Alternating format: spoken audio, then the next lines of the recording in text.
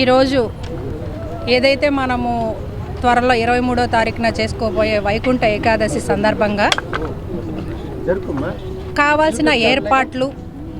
వాటికి కావాల్సిన man power requirement, facilitates, తర్వాత సెక్యూరిటీ పరంగా ఎలా ఉండాలి, భక్తులకి ఎటువంటి ఇబ్బంది కలగకుండా హోల్డింగ్ పాయింట్స్ ఎలా ఉండాలి, క్యూ లైన్ ఎలా ఉండాలి, వాటి మేనేజ్మెంట్ ఎలా ఉండాలి అన్న దానిపైన ఒకసారి ఫిజికల్గా ఇన్ఫ్రాస్ట్రక్చరల్ అరేంజ్మెంట్స్ చూడటానికి దగ్గరగా తిరుపతిలో 9 లొకేషన్స్లో రామచంద్ర పుష్కర్ని, భూదేవి కాంప్లెక్స్, ఇందిరా మైదానం, శ్రీనివాసం, విష్ణు నివాసం, సెకండ్ ఎన్సీ, తర్వాత ఎంఆర్పల్లిలో ఉన్న ఒక స్కూలు, అలాగే రామచంద్రపురంలో ఉన్న ఒక స్కూలు, ఇట్లా 9 జీవకోన 9 లొకేషన్స్లో 90 కౌంటర్స్తో ఈ యొక్క కార్యక్రమాన్ని స్టార్ట్ చేయడం జరుగుతుంది. దీంట్లో మనము 22వ తారీఖు మధ్యాహ్నం నుంచి 23వ తారీఖు కావాల్సిన దర్శనం ఫెసిలిటీని కౌంటర్ ద్వారా వాళ్ళందరికీ కూడా దగ్గర 4 లక్షలు పైచీలకు టికెట్లని ఇష్యూ చేయడం జరుగుతుంది.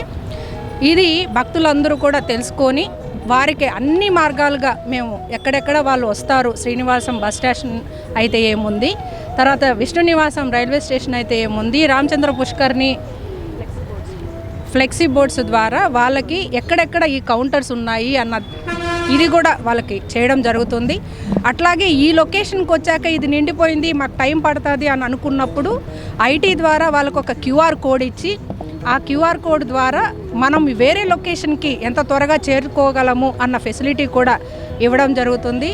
పిఆర్ఓ ద్వారా అన్ని లాంగ్వేజెస్లో ఎట్లా అందుబాటులో ఉన్నాయి, టికెట్ తీసుకొని పోతేనే ఈసారి వైకుంఠ ఏకాదశి దర్శనం జరుగుతుంది అని మేము పబ్లిసైజ్ చేయడం కూడా జరిగింది. కాబట్టి భక్తులందరూ కూడా ఈ ఫెసిలిటీస్ని ఏదైతే టీటీడీ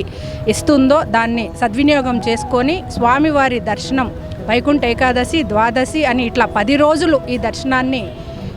తీసుకోవాల్సిందిగా కోరుకుంటూ ఓం నమో వెంకటేశ్వర.